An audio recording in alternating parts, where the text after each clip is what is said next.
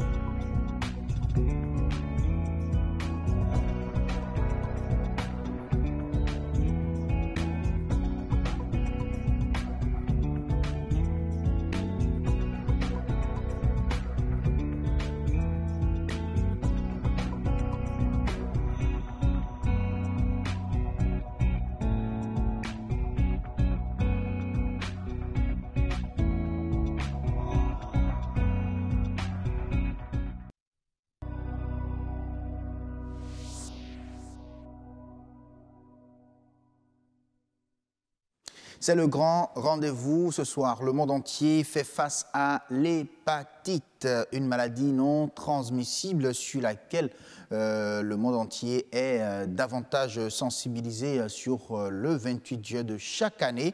Cette année, tester et traiter est le thème choisi. Le pouvoir des métaphores a des effets sur la vie privée et professionnelle, ce qui certainement nous dira tout à l'heure le coach Marcel Effon, il est l'expert du jour.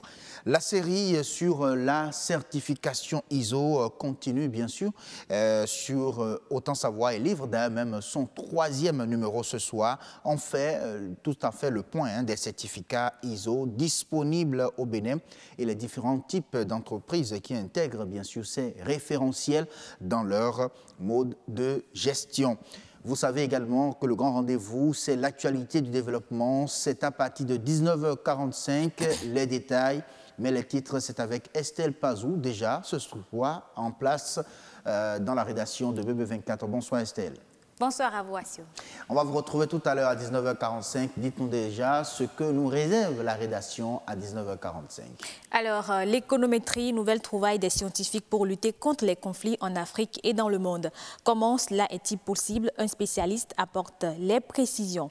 Le deuxième jour de composition pour les candidats à l'examen du brevet de technicien supérieur, c'était hier. L'épreuve d'anglais a-t-elle compromis toute chance de réussite? À suivre la réponse. Séance de don de sang à l'ORTB, tout le personnel a répondu présent pour donner de ce liquide vital. Tous les détails sont à suivre à 19h45. À 19h45, donc Estelle Pazou, j'espère que vous avez offert la poche de sang hier dans le cadre de cette séance de don de sang, Estelle. J'y étais. Ah, vous y étiez. Oui. On va suivre le reportage tout à l'heure pour en avoir la preuve. Merci beaucoup à vous. Donc, à 19h45, Estelle Pazou, le grand rendez-vous continue avec vous, chers téléspectateurs. On ouvre les plateaux par Autant Savoir.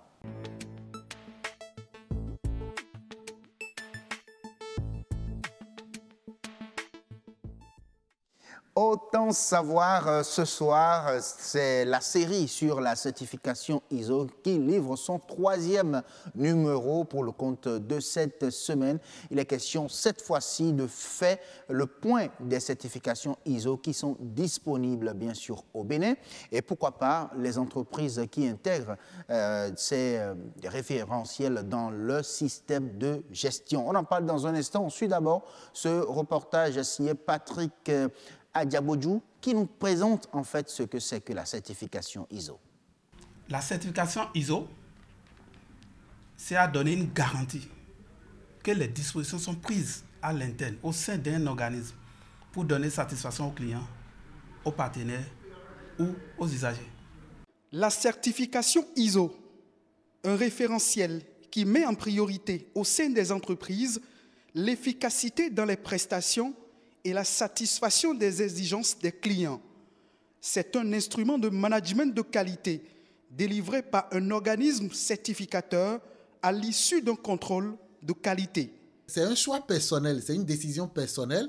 Et ça doit émaner du top management de l'entreprise qui prend la décision d'aller à la certification, de certifier son système de management ou de certifier un produit de son entreprise. Donc, c'est un choix volontaire. Obtenir la certification ISO, c'est bâtir une entreprise solide et dynamique, centrée sur l'amélioration continue de la qualité à l'interne et auprès des investisseurs. Vous constatez finalement, quand le système est mis en place, qu'il y a beaucoup de gaspillage que vous faisiez, que la démarche qualité vient corriger. Donc, automatiquement, ça constitue le premier gain que fait l'entreprise, c'est-à-dire l'augmentation du chiffre d'affaires, l'augmentation de la crédibilité vis-à-vis des clients et même à l'international, l'augmentation de la notoriété de l'entreprise même.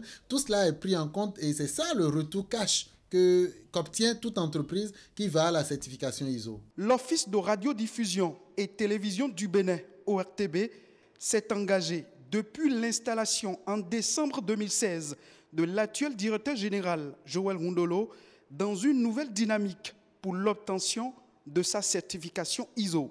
Nous avons observé qu'au niveau de l'ORTB, il y avait déjà certains cadres et responsables qui réfléchissaient à travers un comité à la mise en place d'un petit référentiel.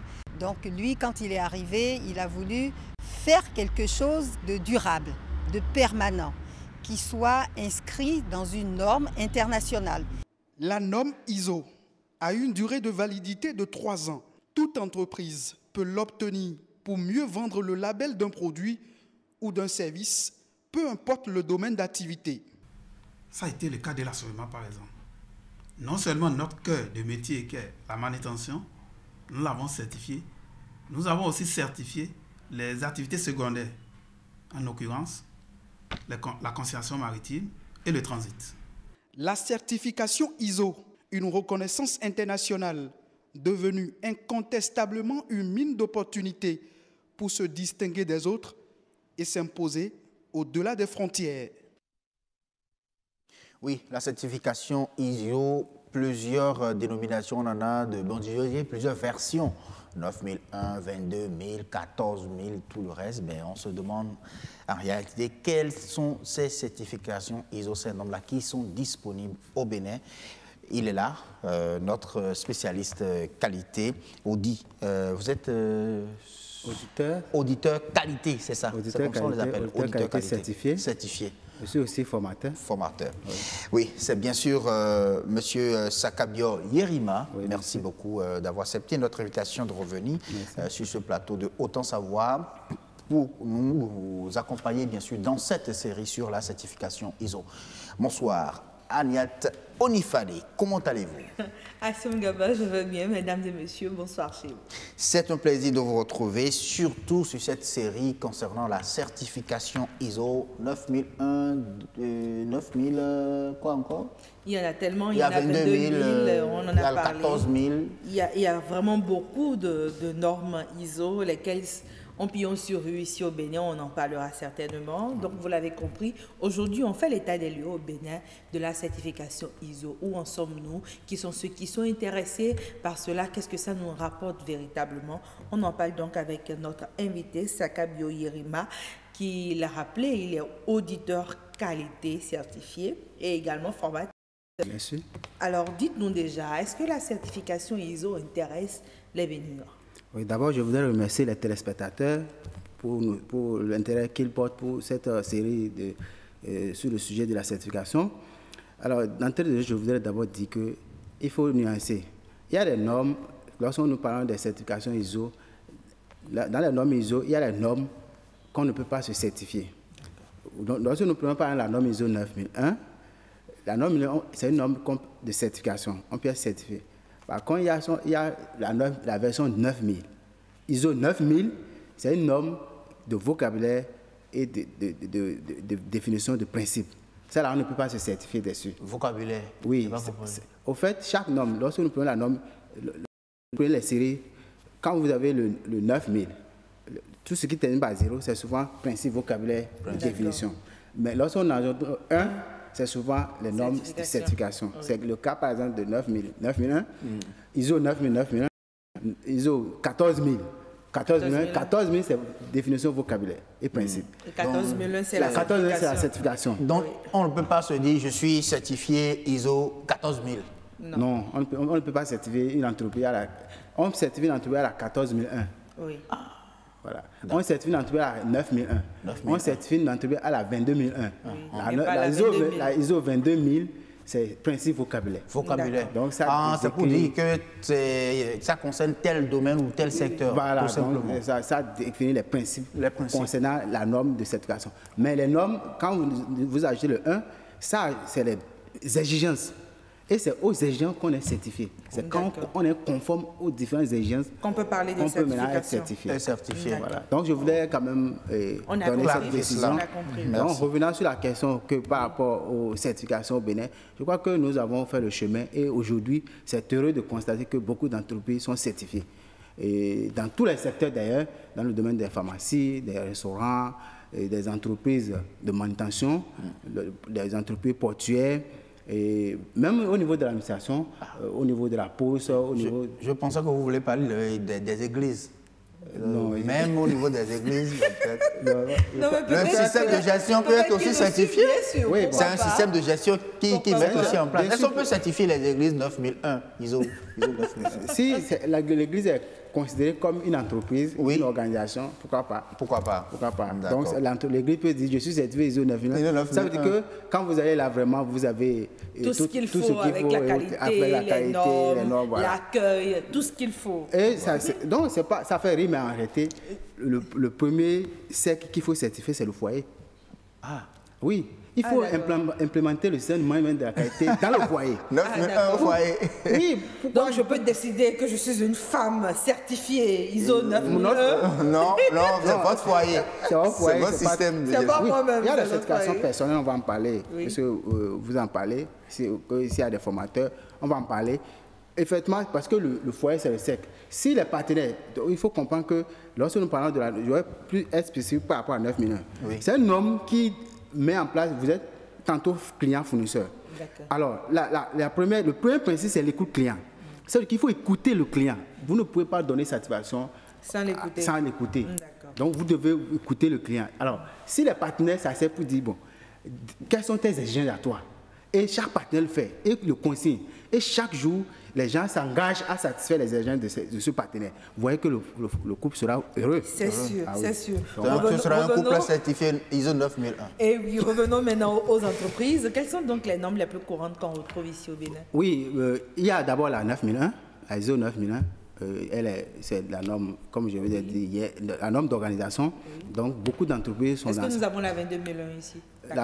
Il y a une entreprise, j'ai l'information, il y a une entreprise qui est en train de mettre en place, je ne sais pas si elle est à l'état de certification, mais toutes les entreprises agroalimentaires, on leur conseille la 22000. La certification 22001. Oui. Quand je dis 22000, vous comprenez que c'est la 22001. C'est pour le domaine. Voilà. Oui. Donc, toutes les entreprises... Et 14001, ça concerne... C'est l'environnement. C'est l'environnement. La gestion de l'environnement. Est-ce que nous en avons ici qui sont certifiés? Si, on en a. Parce que c'est le port, non? Le port est certifié ISO 14001. Parce que, bon, vous savez que le port évolue dans un secteur et nous produisons beaucoup de déchets. Beaucoup avec de les navires qui viennent et autres. Donc, ça fait même partie d'une réglementation internationale.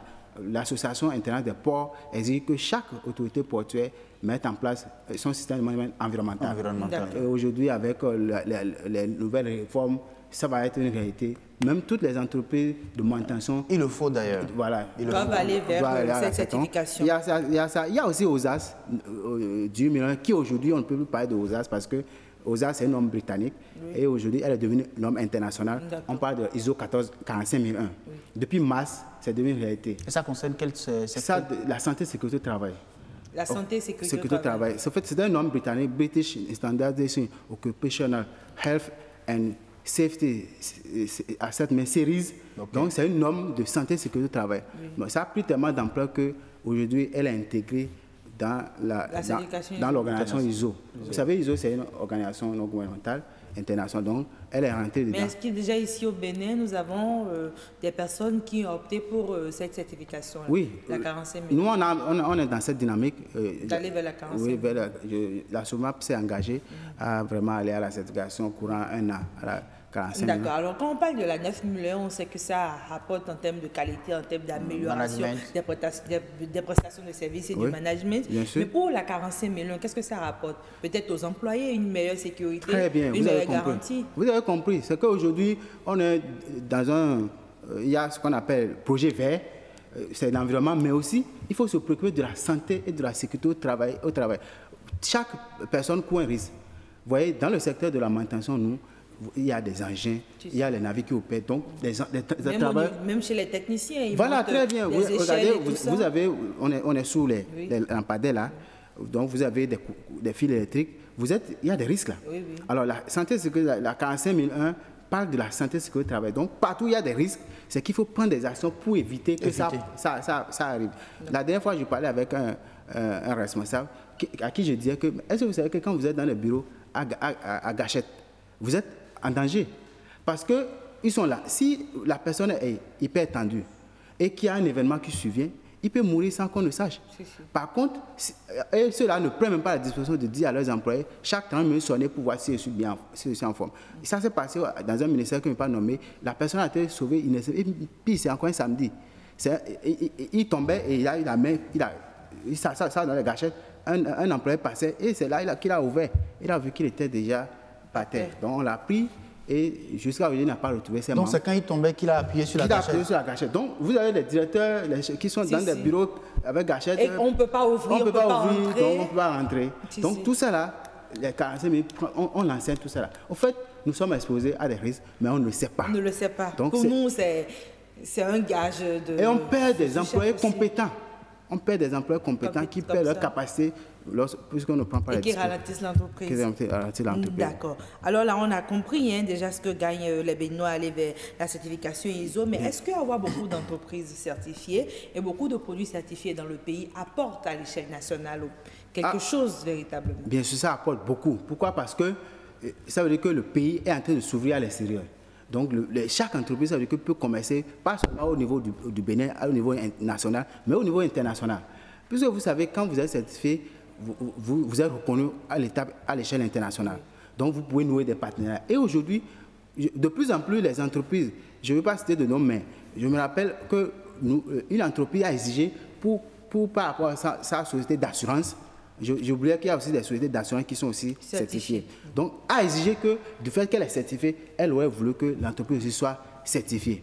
Donc, elle veut prester avec un prestataire certifié ISO. Vous voyez? Donc, c'est plus en plus à ça on est exposé. Donc, on a beaucoup à gagner lorsque nous sommes dans... On va vers la certification ISO. Oui. Donc, vous l'avez compris, mesdames et messieurs, notre série sur la certification ISO s'achève avec cette rubrique de ce jour. Merci à vous d'avoir été à nos côtés. Donc, vous retenez les certifications ISO, il faut y aller autant au niveau individuel, au niveau entreprise qu'au niveau étatique aussi. Assou Ngaba, merci de nous avoir reçus. Je pense que M. Sakabio Irima a évoqué un pan là, de la certification ISO, c'est-à-dire la certification individuelle. Oui, on n'a pas eu le temps qu'on revienne là-dessus, si tout va bien, le lundi prochain. Oui, pourquoi si vous êtes disponible, on peut revenir là-dessus. Invitez-moi, je vais répondre avec plaisir. Merci beaucoup à vous de venir nous parler de certification individuelle, parce que c'est bien possible. Vous-même, vous pouvez être votre entreprise, vous-même, avec vos connaissances et tout. Donc, il faut également se certifier, tout simplement. Voilà. Allez, on continue avec vous, chers téléspectateurs. La suite du grand rendez-vous, ce sera avec l'expert du jour, puisqu'il est là.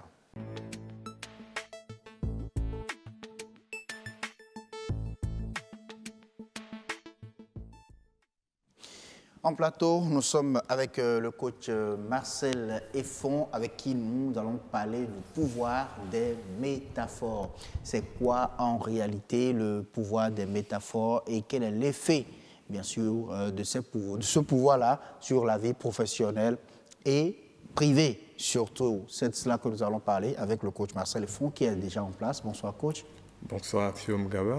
Vous dites que le pouvoir des métaphores a un effet sur la vie privée et la vie professionnelle. Et pourquoi? Alors, merci les téléspectateurs qui nous suivent depuis un bon bout de temps maintenant sur les questions liées à la capacité de changer, à la transformation personnelle.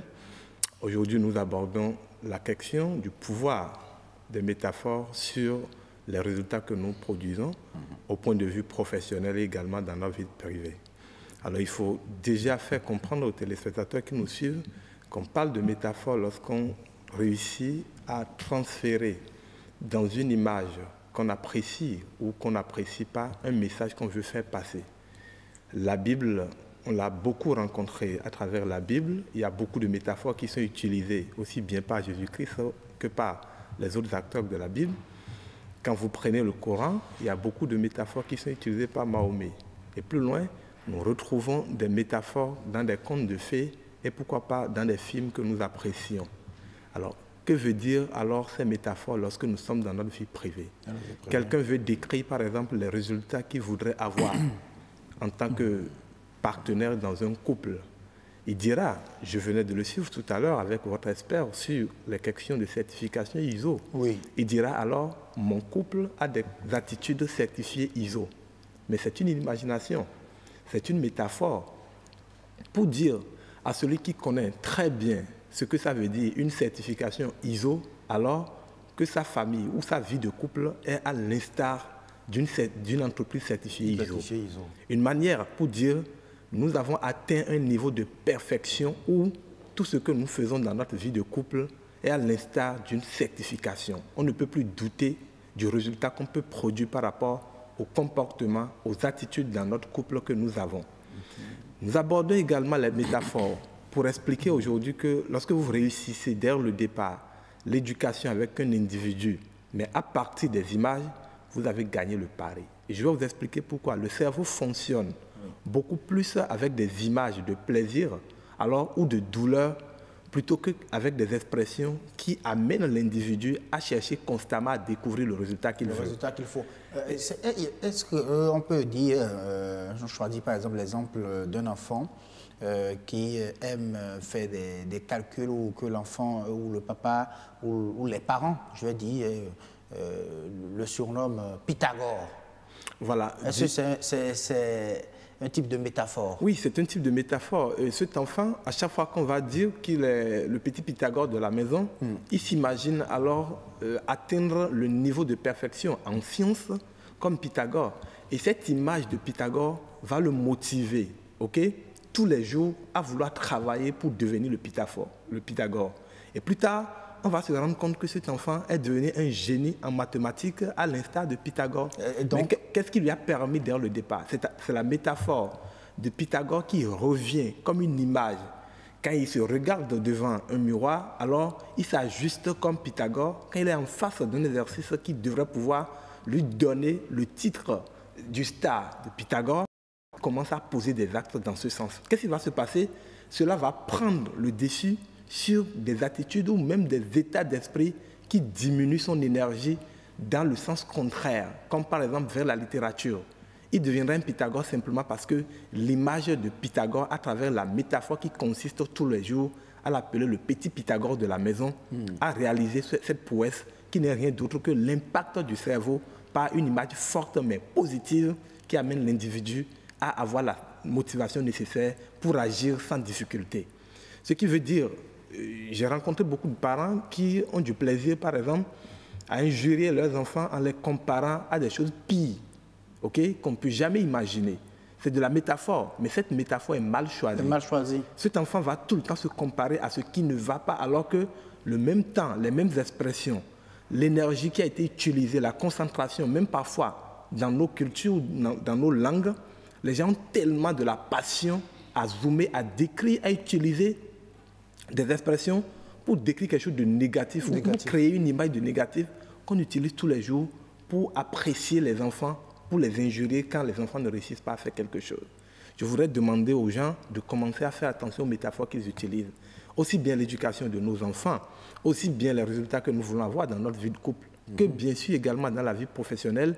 Tout dépend de l'imagination que vous mettez autour. Les gens ont de l'énergie à revendre lorsqu'ils retrouvent dans les images qu'on leur projette tous les jours du plaisir, de la joie. Et ça ne dépend même pas que de leur état en tant qu'individu, mais ça va même au-delà.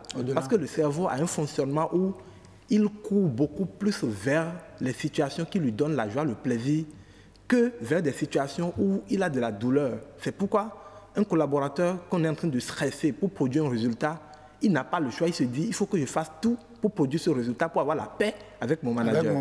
Et les managers utilisent dans ce sens, comme j'ai l'habitude de le dire, dans le cadre, par exemple, de la gestion des équipes, les managers utilisent cet outil qui n'est pas nécessairement une bonne chose dans certaines circonstances.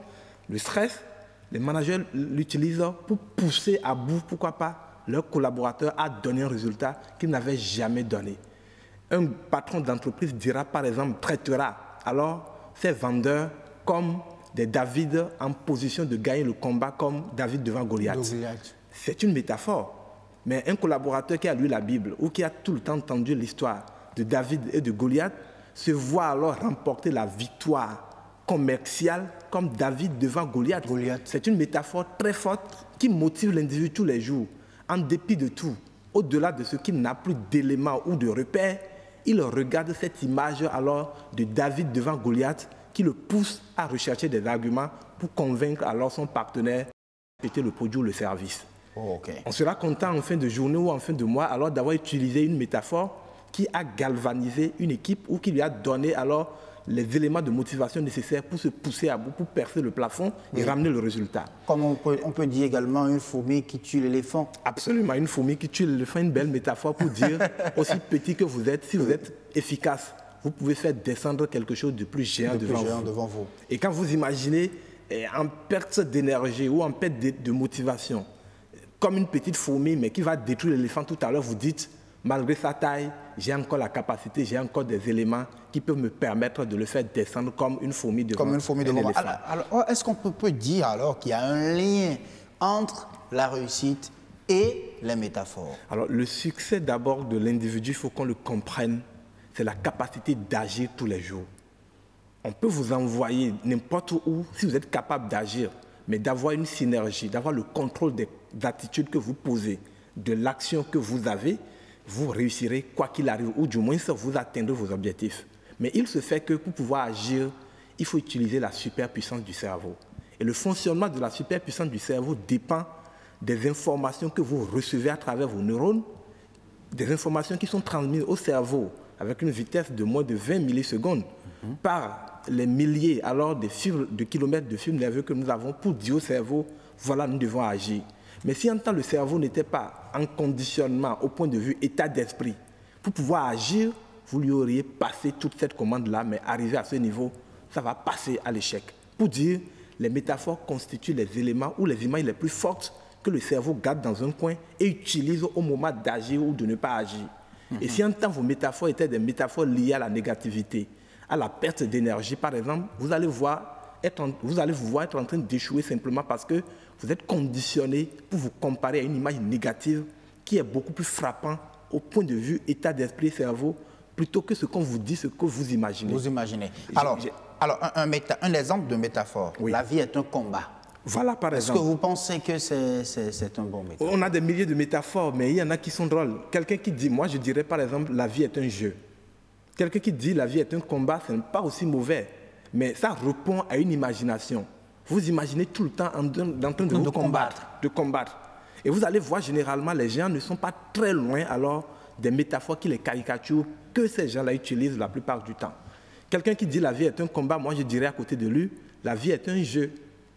Parfois tu peux jouer, gagner, comme tu peux jouer, perdre. Mais il faut d'abord jouer. Avant de gagner, il faut jouer.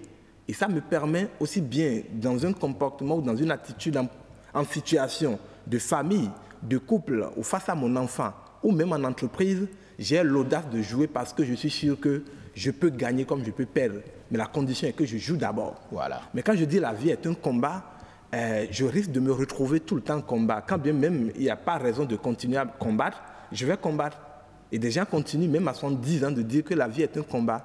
Mais moi je pense qu'on peut changer facilement cette métaphore en disant simplement la vie est un jeu. Ça ne veut pas dire que la vie est un amusement, mais la vie est un jeu parce qu'il arrive que vous gagnez, mais il arrive que vous pouvez perdre. Pour dire comme un bon manager, ce que vous avez à faire, c'est de prendre des décisions. C'est d'aller au-devant de la scène, sans avoir peur de perdre le contrôle. On ne peut pas dire d'avance qu'on a le contrôle à 100% des comportements, des attitudes qu'on pose pour avoir un résultat. Oui, il peut arriver que vous gagnez, que vous perdez. Alors, donc je préfère à la métaphore, la vie est un combat, par exemple, la vie est un jeu où vous pouvez perdre comme vous pouvez gagner, mais toujours est-il qu'il faut commencer d'abord à jouer. Alors, je vais peut-être profiter un peu de votre générosité, coach Marcel Effon, pour une métaphore pour la vie privée, une métaphore pour la vie professionnelle. Alors, une métaphore pour la vie professionnelle, moi, en tant que manager, par exemple, je dirais mes collaborateurs sont une famille. Contrairement à un manager qui dira mes collaborateurs sont un passif. Alors, un patron qui dit mes collaborateurs sont un passif, il préfère mettre de l'argent dans autre chose ou son temps, les ressources dont il dispose dans autre chose plutôt que de les mettre dans son équipe ou dans ses collègues de travail qui devraient pouvoir gagner des victoires pour l'entreprise. Vous voyez, cette métaphore est banale en disant mes collaborateurs sont une famille, on a du plaisir à investir. Lorsque vous rentrez chez vous, vous ne raisonnez pas lorsqu'il est question de disposer du temps pour vos enfants, pour votre famille, pour, pourquoi pas, l'éducation de ceux-là. Parce que votre famille, c'est là où vous agissez sans raison. Mais si vous agissez sans raison pour entretenir les gens qui sont au front, qui travaillent, alors pour l'atteinte des objectifs de votre entreprise, vous finirez par avoir des résultats extraordinaires. Donc, une métaphore, par exemple, pour un manager d'entreprise, mon entreprise, par exemple, est ma famille. Vous voyez un peu? Alors, par rapport à la vie de famille, oui, la deuxième métaphore que vous voudrez avoir, par exemple, c'est quoi? Pour la vie privée. Pour la vie privée. Oui. Alors, oui, on venait de le dire tout à l'heure. La vie est un jeu. OK? Pour ma vie privée, la vie est un jeu. OK? Les hommes que je rencontre sont des gens bien. Des êtres humains que je rencontre sont des gens bien. Quelqu'un qui dit que les êtres humains que je rencontre sont des gens bien, a priori, il commence à croire aux gens quand bien même, comme je l'ai dit tout à l'heure, il ne faut pas avoir la certitude que vous allez gagner à 100% dans tous les cas. Vous n'aurez pas le contrôle ou vous n'aurez pas à 100% les résultats que vous désirez. Mais quand vous caricaturez d'avance que tous les êtres humains que vous rencontrez sont des gens bien, alors vous ouvrez à la rencontre des êtres humains, vous êtes disponible à les découvrir, à les comprendre, à vous mettre dans leur peau pour savoir comment est-ce qu'ils vivent afin de savoir comment vous comporter envers eux. Par finir, des gens qui ont échoué avec certaines personnes, avec les mêmes personnes, vous réussissez avec eux parce que vous pensez a priori que des êtres humains sont des gens bien. Voilà par exemple quelqu'un qui dit le contraire des êtres humains peut passer à côté. À chaque fois qu'il est en face des êtres humains, des gens, il va d'abord se braquer. Il va d'abord se méfier, comme on le dit dans notre culture. Merci. Avec beaucoup d'autres conséquences que vous connaissez. Merci beaucoup, coach Marcel Effon. On comprend tout simplement qu'il faut se débarrasser des morceaux, genre méthode, les hommes sont mauvais et tout le reste. On n'ose pas faire de la mauvaise publicité pour les artistes, mais bon, voilà, et tout le reste, quoi. Il faut finir avec ça. Et vous lui choisi en tout cas des métaphores qui sont liées bien sûr à vos objectifs de vie et de carrière, pourquoi pas. Merci à vous. C'est nous qui vous remercions. Les séances gratuites continuent toujours? Oui, gratuites de coaching? Oui, absolument. Les séances de coaching gratuites continuent. comme vous le savez, notre objectif, c'est d'avoir un pays, un environnement où les gens ont le maximum d'informations pour mieux réussir. Oui, si le mois d'août, nous avons une séance le 3e jeudi du mois. Bien sûr, le 3e jeudi du mois, pour ceux qui sont habitués au club, nous aurons une éminente personnalité qui viendra partager avec les gens comment est-ce que lui a réussi pour monter les étapes de la vie et quels sont ses secrets. Wow, ça va se passer où? Ça va se passer dans les salles majestiques de Bégamé, absolument, mais les gens qui sont en contact avec le club pourront avoir des précisions sur le lieu au cas où il y avait des changements. C'est pour demander aux gens de venir s'abreuver, d'apprendre. Lorsque vous poussez au plus loin, vos connaissances, vous changez et vous commencez à réussir facilement. Facilement. Merci beaucoup à vous. C'est nous qui vous remercions. Et un numéro pour ceux qui veulent participer à cette séance gratuite, c'est le 97 50 07 18. Le 97 50 07 18 pour ceux qui veulent participer gratuitement à cette séance de coaching du Club Impact Monde. Merci beaucoup à vous. C'est bien gratuit, mais important et efficace également. On passe à autre chose sur ce grand rendez-vous. Nous serons avec les spécialistes de santé, cette fois-ci dans la lutte contre l'hépatite. C'est nature et bien-être.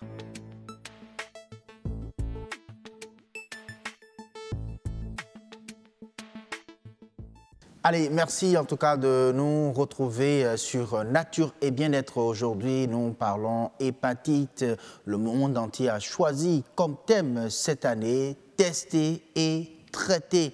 Le monde entier dans sa lutte contre l'hépatite. Où en est-on en réalité dans le monde et particulièrement au Bénin? On va répondre à cette question tout à l'heure, juste derrière ce reportage. C'est une maladie virale qui est véritablement redoutable et je la connais particulièrement. J'ai fait le test il y a quelques années, il y a une dizaine d'années. C'était révélé négatif, j'ai fait le vaccin. Les membres de ma famille ont fait également le test. Certains tests se sont révélés positifs. C'est une maladie qui est très importante. Elle a plusieurs aspects. Il y a l'hépatite A et B et qui sont transmises de façon différente.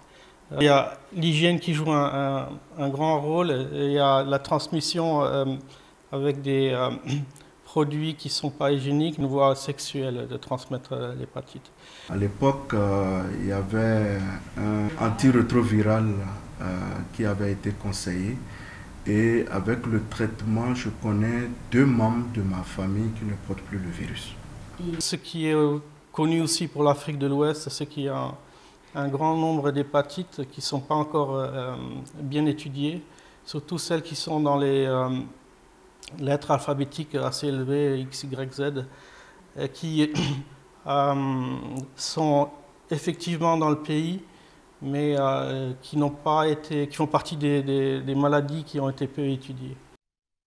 Retour en plateau avec Heureuse Danodé et son invité. C'est un plaisir de vous retrouver, Heureuse. Bonsoir. Bonsoir, Sion Gaba. La pleine forme ce soir. La parfaite santé. Ah oui, je retrouve cette expression avec beaucoup de joie et en présence, bien sûr, du Dr Félix Agbla, qui est secrétaire exécutif adjoint du CNLS TP. Bonsoir. Bonsoir, monsieur le journaliste. Merci de nous d'avoir accepté notre invitation et de vous rendre disponible pour nos téléspectateurs. Tout à fait. Heureuse Danodé, nous parlons de l'hépatite, le monde entier contre l'hépatite, avec un thème, tester, traiter.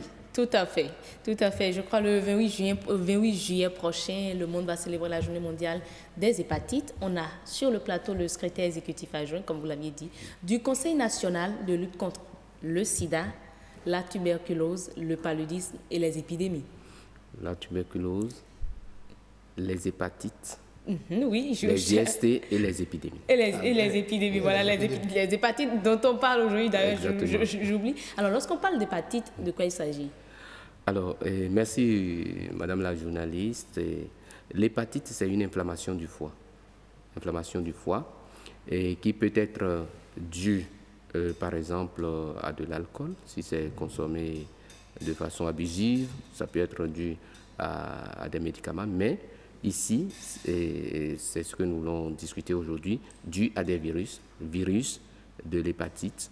Nous en avons A, B, C, D et E. Plusieurs types d'hépatite. Exactement. Mais quand même, c'est le foie qui est atteint. Le foie qui est atteint, exactement. C'est une inflammation du foie. Voilà. D'accord.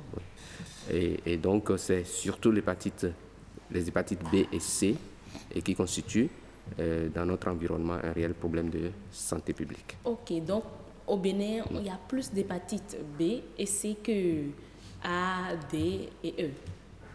Oui, tout à fait. Il y a vraiment beaucoup plus d'hépatites B et C que... Pour quelle raison? Est-ce parce qu'on consomme plus l'alcool dans notre pays ou quel type de virus? Disons que, comme je le disais, il y a l'hépatite liée à la consommation de l'alcool. Au mode de vie. Oui, voilà. Mais ici, nous parlons de l'hépatite virale. Et pourquoi on l'a? Justement parce qu'il y a des facteurs de risque liés à la transmission donc, de ces hépatites et auxquels il faut faire attention. Et ici, on n'y fait pas attention. Donc, il y a beaucoup plus ces hépatites-là. Et peut-être... Quels sont ces modes-là? Exactement. Et par exemple, la transmission, il y a 4 voies de modes de transmission. Pour l'hépatite B, par exemple, c'est la transmission de la mère à son enfant. Donc, quand une mère souffre d'hépatite B, et à l'accouchement, elle peut transmettre l'hépatite B à son enfant. Il y a la transmission sanguine. Lors d'une transfusion, par exemple, mais c'est pratiquement éliminé puisque on fait le testing de toutes nos poches de sang. Mais quand on fait des injections, et ça peut être des injections, des pratiques, des gens qui sont des scarifications et certaines autres choses, et qu'on utilise le matériel souillé, et il peut y avoir une transmission de l'hépatite B. Il y a le fait de vivre avec une personne qui est déjà elle-même souffrant d'hépatite B, surtout au niveau des enfants à bas âge, parce que bon, ils peuvent se partager des objets. Un enfant est né peut-être contaminé déjà à la naissance, jouant avec un autre qui est sain, peut se faire contaminer facilement. Comment? Par quelle voie? Par exemple, ils peuvent partager des objets de soins corporels ou le simple fait même d'utiliser, alors que vous avez l'hépatite B, une cuillère, et qu'un autre enfant se passe la cuillère, alors qu'on sait que l'hépatite B se retrouve dans les liquides corporels, incluant la salive et les autres. Exactement. Donc ça peut être une possibilité de transmission. Et puis, donc, il y a la transmission sexuelle également. La transmission sexuelle, avoir donc des partenaires occasionnels sans se protéger, peut être une porte d'entrée pour l'hépatite B. Pour l'hépatite C, c'est surtout, la transmission est surtout par effraction de la peau, et donc ça se retrouve par exemple chez les personnes qui utilisent les drogues, les utilisateurs de drogues injectables, exactement. Et sont sujets à... Donc les seringues là sont souvent infectées et donc ils peuvent se faire contaminer. Donc voilà un peu. Pour les autres hépatites, l'hépatite A et E, donc c'est beaucoup plus lié à l'hygiène, au plan de l'alimentation, et ainsi de suite. Voilà. Alors, parmi ces hépatites-là, laquelle est plus compliquée? Disons que pour notre pays, et au regard donc de la situation épidémiologique dans notre pays, les hépatites B et C sont des hépatites qui sont préoccupantes, n'est-ce pas, pour nous? Parce que c'est plus fréquent ou dans la prise en charge? Non, déjà parce que c'est plus fréquent. Et à titre indicatif, en 2013, un dépistage fait au niveau national, au niveau des donneurs de sang, a permis de retrouver 9,9% pour l'hépatite, une prévalence de 9,9% pour l'hépatite B et de 4,12% pour l'hépatite C. Et donc vraiment ça... Dans le rang de la population en général? Oui, disons des données donneurs de sang, mais comme on n'a pas sélectionné, donc ceux qui donnent leur sang viennent de la population générale et donc ça donne une indication de ce que ça représente au niveau de la population générale. Et donc nous estimons qu'au Bénin, environ 1,4 million de personnes sont touchées par les hépatites. 1,4 million.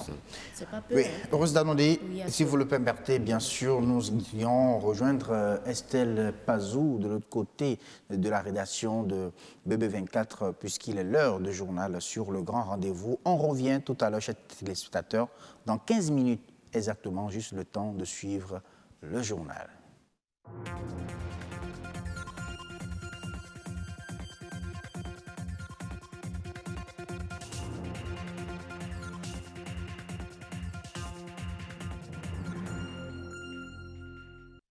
Bonsoir à tous et bienvenue dans cette édition du journal. L'économétrie, un instrument de règlement des conflits en Afrique et dans le monde. C'est la nouvelle trouvaille des scientifiques. Les détails dans ce journal.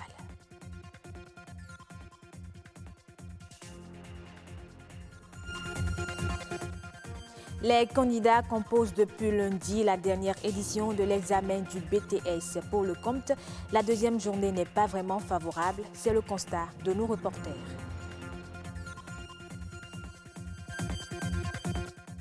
Et puis, contribuer à sauver des vies, c'est le leitmotiv des agents de l'ORTB. Et cela passe par une séance de don de sang qui a eu lieu hier. Des relations publiques.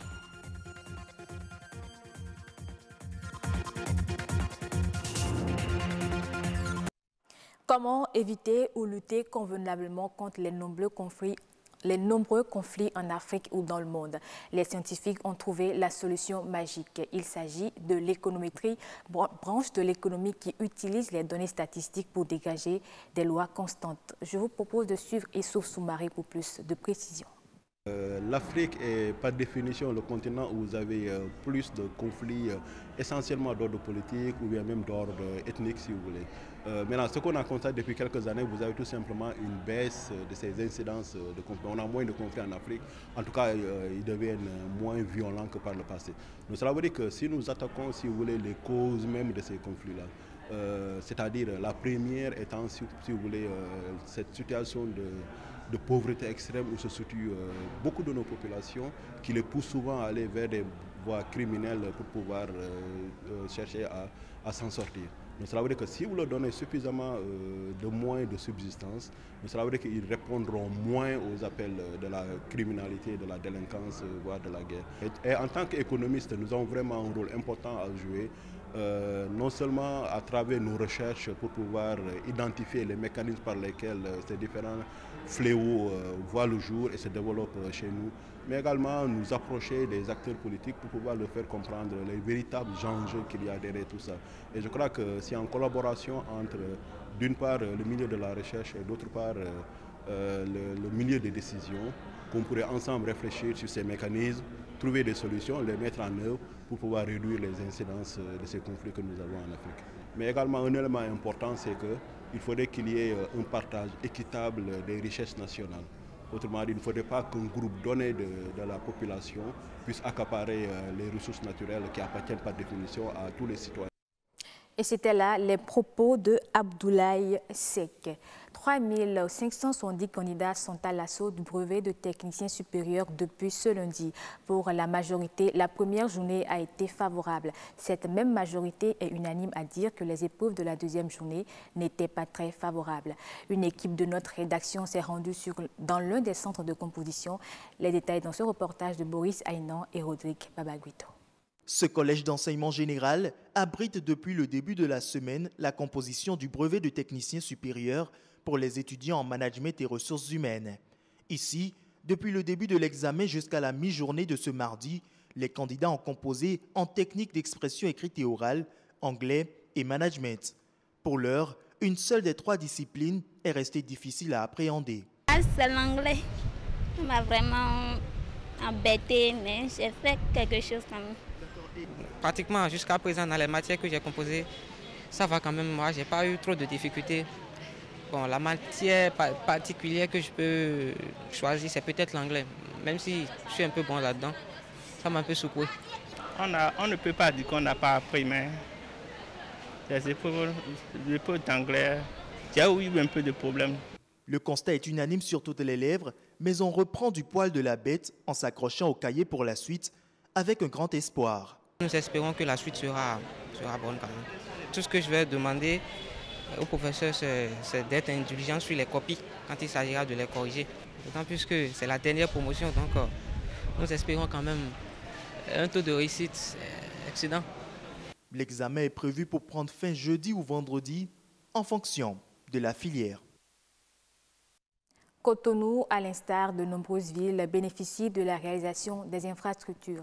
Des infrastructures financées par le Fonds du contribuable afin de favoriser la fluidité sur nos axes routiers. Force est de constater que les actes de vandalisme, les surcharges et les accidents détruisent ces infrastructures au mépris du respect du bien public et ceci malgré les mises en garde des autorités. Igor Ayosso, Elie Adiran, Marcel Arrossi. La surcharge, l'un des facteurs de dégradation précipitée des infrastructures sur nos axes routiers. Les conséquences de la surcharge sur l'état des infrastructures routières au Bénin ne sont plus à démontrer. Les routes étant aménagées pour supporter des poids donnés, les véhicules gros porteurs lourdement chargés réussissent à précipiter leur dégradation à force d'y passer. Les infrastructures qui passent dans la zone, c'est un peu dangereux. C'est très dangereux, c'est pas un peu dangereux, c'est très dangereux. Les camions filent à leur niveau, mais les petits bisous aussi font faire de n'importe quoi. Moi je suis ici, bon, il a une voiture, il a quitté en mission et c'est lui qui a fait tomber le panneau qui est là-bas. Et la voiture est partie rester là-bas, de l'autre côté. Les infrastructures, ça, c'est pas encore ce que nous voulons dans notre pays. L'État central, c'est via les mairies, essaie quand même d'envoyer des matériels pour le nettoyage, tout ça. Mais ce qui est récurrent là, c'est comment on appelle les accidents de la circulation qui endommagent sérieusement nos axes. Convaincus que le développement de la route passe par la route du développement, les autorités en charge des infrastructures œuvrent dans la construction et l'entretien des routes dans les grandes agglomérations. L'entretien de la route est un devoir de la mairie ou de l'État, c'est-à-dire du ministère de l'Infrastructure par endroit, mais c'est un entretien qui coûte cher. À mettre la main sur le fautif et qu'il faudrait alors qu'il puisse assurer la réparation de la partie. On attend l'assurance et ça met du temps à venir. Pour Jacques Ayadi, directeur général des infrastructures, le défi à relever est de garantir aux usagers de la route plus de confort. Il faut accorder plus d'importance à la maintenance de l'existant, parce que laisser dégrader les routes qui existent, c'est investir inutilement et recommencer les mêmes efforts. Le réseau routier national est dans un état qui ne fait plaisir à personne. Beaucoup de moyens sont investis dans cet entretien-là, mais que les résultats souvent ne suivent pas. Après la récession provisoire des travaux de remise à niveau de la route, c'est que l'entreprise doit elle-même prendre les mesures pour faire le suivi de son travail. Donc dès qu'il y a la moindre dégradation, lui il intervient.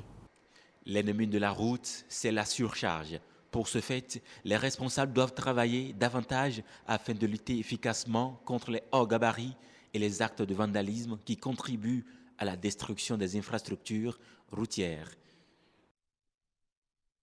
326 millions d'accords de financement, c'est le montant alloué au Rwanda par ses partenaires que sont la Chine et l'Inde. Selon le ministre rwandais des Finances, ces financements vont servir aux projets de développement, notamment dans le secteur des infrastructures. Il faut rappeler qu'avec la Chine, plus d'une dizaine d'accords de coopération auraient été déjà signés, dont un accord de près de 76 millions de dollars pour la construction de l'axe routier Ouye-Kibéo. Le marché africain des assurances a connu une augmentation des primes émises en 2017. Elle a atteint 66,7 milliards de dollars contre 9,4 milliards de dollars au cours de l'année 2016. Une progression qui intègre une amélioration de la valeur cumulée des primes émises dans le cadre des activités d'assurance vie. Toutefois, la part de l'Afrique sur le marché mondial des assurances demeure assez marginale. Les professionnels des médias, en l'occurrence ceux de l'Office de radiodiffusion et télévision du Bénin, ont organisé une séance de don de sang hier dans les locaux de la direction des relations publiques. Sauver des vies, c'est la grande motivation de chacun de ces donneurs. Le compte rendu de cette séance avec Mathieu Sokenou, Axel Donsi et Yasmine Damata. Dès que l'occasion se présente, il faut donner un peu de son sang. Ce sont là les propos de Noël Tcha qui sont jeunes et peur à sacrifier à la tradition à laquelle plusieurs autres de ses collègues se sont donnés. C'est un sentiment de joie, de grande fierté parce que j'ai toujours voulu donner un peu de mon sang pour sauver des vies, mais malheureusement le système ne permet pas toujours de pouvoir donner son sang et quand l'occasion se présente, il faut la saisir. C'est pourquoi je suis là et je me réjouis. C'est toujours un plaisir quand j'entends qu'on donne du sang, c'est pour sauver des vies. Et pour moi-même, ça me permet de régénérer mon sang. C'est pourquoi quand j'apprends qu'on veut donner du sang, je viens et puis ça y est, je l'ai fait. Je suis contente. Je suis énormément content parce que je sais que si mon sang est utilisable, ça pourra quand même sauver des vies humaines plus tard. Du sang donné, des vies sauvées. C'est le credo de chacun de ces donneurs et techniciens de laboratoire. Vous savez, aujourd'hui, dans les hôpitaux, à cause du manque de sang, les gens meurent. Donc, pour éviter ces genres de décès, il faut donner du sang. Il faut toujours donner du sang. Ça ne fait pas du mal, ça fait toujours du bien à celui qui donne et à celui à qui on donne. L'une n'est heureux tout seul. En adhérant à cette citation, c'est donner son sang pour sauver des vies. Fin de ce journal. Merci de l'avoir suivi et bonne suite des programmes sur BBV4, la chaîne du développement. Merci beaucoup à vous, Estelle Pazou, pour la présentation de cette édition de 19h45. J'ai vu Estelle dans ce reportage, mais si je ne me trompe pas, ce n'est pas vous, hein, Estelle Pazou? C'était pas moi, mais elle m'a représenté valablement. Ah, d'accord. Bon, c'était une représentation. J'attendais de voir votre image dans le reportage. Allez, merci beaucoup à vous, Estelle, et à demain. Donc, pour Monde agricole, certainement. Allez, on continue, on revient en plateau avec Dr Félix Agblas, secrétaire exécutif adjoint du CNLS-TP. Avec lui, nous parlons bien sûr de l'hépatite et on fait un état des lieux au Bénin, n'est-ce pas, Heureuse Danodé? Tout à fait, Assio. On fait l'état des lieux et il faut déjà dire, hein, docteur, vous l'aviez dit, un certain nombre de modes de transmission, dont la voie ou les voies, je dirais, liquides corporelles. Mais ce qui en même temps me fait un tic, c'est les taxis en commun. Quand vous êtes peut-être assis à côté d'un quelqu'un qui souffre de l'hépatite et que sa sueur vous touche, est-ce que ça suffit? Non, je pense pas que... Et je pense que la sueur n'a pas été non plus abordée en tant que telle. J'ai parlé sur... Vous avez parlé de la salive et j'ai dit la sueur aussi. Non, pas la sueur, parce qu'on est assis à côté de... Non, pas du tout. Et quand vous échangez avec la personne, parce qu'il y a ces gens de personnes qui vous arrosent parfois avec leur salive, quand vous échangez avec eux? Non, la salive sur le corps, si vous lavez, ça va vite quand même aussi. Okay. Donc il n'y a vraiment pas de problème de vie en commun. Donc, avec une personne. On peut porter l'habit de quelqu'un qui souffre d'hépatite. Disons qu'il vaut mieux ne pas porter nos habits, pas forcément de quelqu'un qui souffre d'hépatite, mais ne pas changer. Si vous devez utiliser l'habit même si c'est d'un frère, il faut le laver avant de le porter. Parce qu'en dehors de l'hépatite, peut-être qu'il y a beaucoup d'autres choses que l'on peut avoir sur le corps de l'un et qui n'est pas du tout désiré pour le corps de l'autre. Donc je pense que c'est juste des mesures de prévention usuelles qu'il faut prendre de façon classique. Sinon les gens risquent de se refuser de se saluer, même on n'en a vraiment pas du tout à ce niveau. Il n'y a aucun risque. Je m'assois avec tout le monde. Vous vous asseyez sans aucune crainte quand même. Oui, vraiment. Ok, on peut donc se saluer librement. Absolument, pendant les cultes et tout. Ah oui, je pense que pendant les cultes, quand vous saluez, après, avant de commencer par manger, il faut se laver les mains. Voilà. Et ça s'applique tout simplement comme une mesure d'hygiène simple. Un réflexe. C'est tout, voilà. Alors, je lis ici que le rapport mondial de l'OMS sur l'hépatite pour 2017, bien récent, indique que dans leur grande majorité, ces gens n'ont pas accès au dépistage et au traitement qui pourraient leur sauver la vie. Est-ce ce qui justifie le choix du thème de cette année, tester et traiter?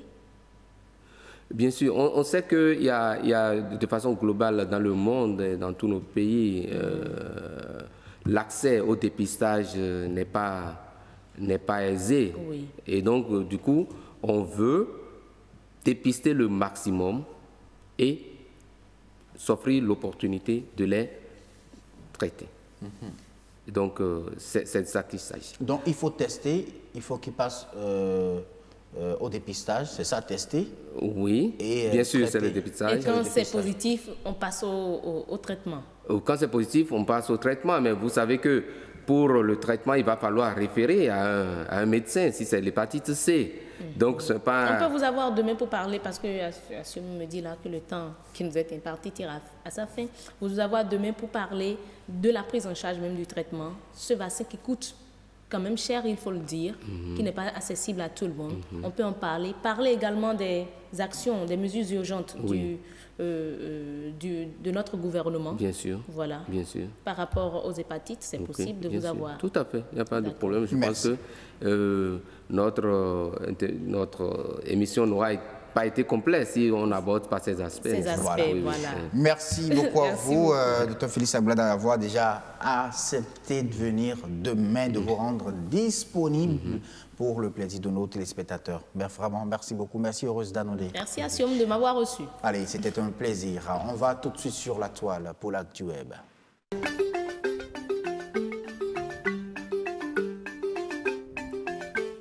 Bonsoir amis téléspectateurs du Grand Rendez-vous et merci de votre fidélité renouvelée chaque jour à cette émission. L'actualité web de ce jour nous parle d'une pénurie de billets en Allemagne à cause de la canicule. Le site DHB nous informe qu'avec la chaleur persistante, cet été en Allemagne, la consommation de billets a redoublé dans le pays, provoquant un goulot d'étranglement dans la filière de recyclage, laissant ainsi les brasseurs en panne de bouteilles et de caisses pour approvisionner le marché.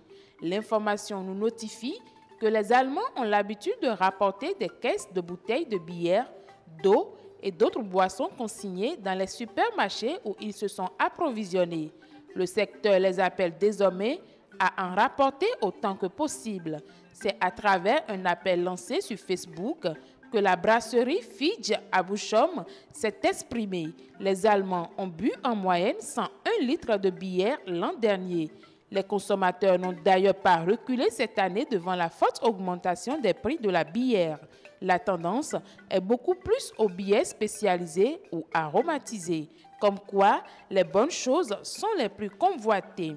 Parlons maintenant d'une simple manœuvre sur un parking qui se transforme en carnage.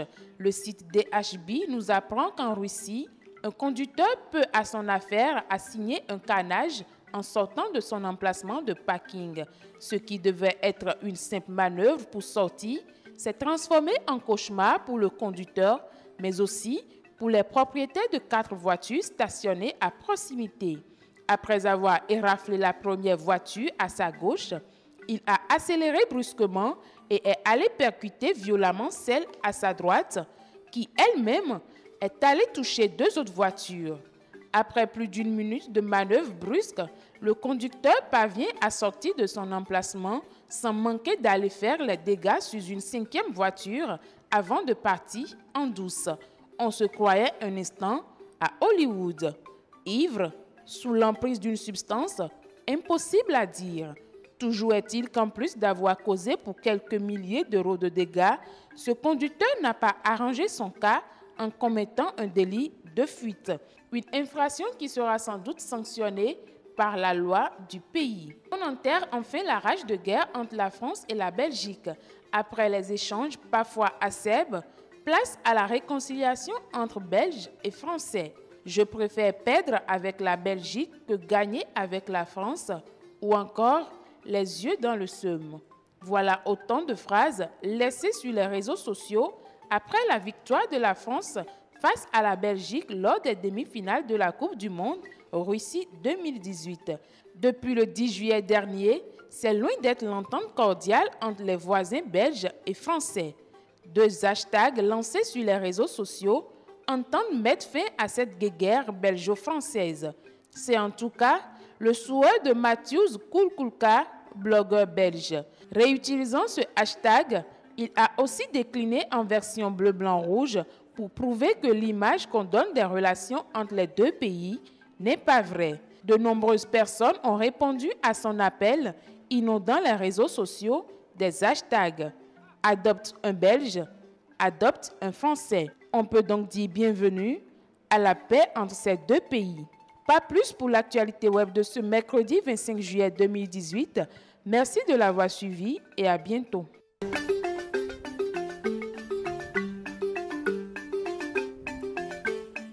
À bientôt, Marcel Gbetoro, et merci pour l'actu web, bien présenté d'ailleurs. On passe à autre chose, oui. On ramène tout simplement la météo avant de partir.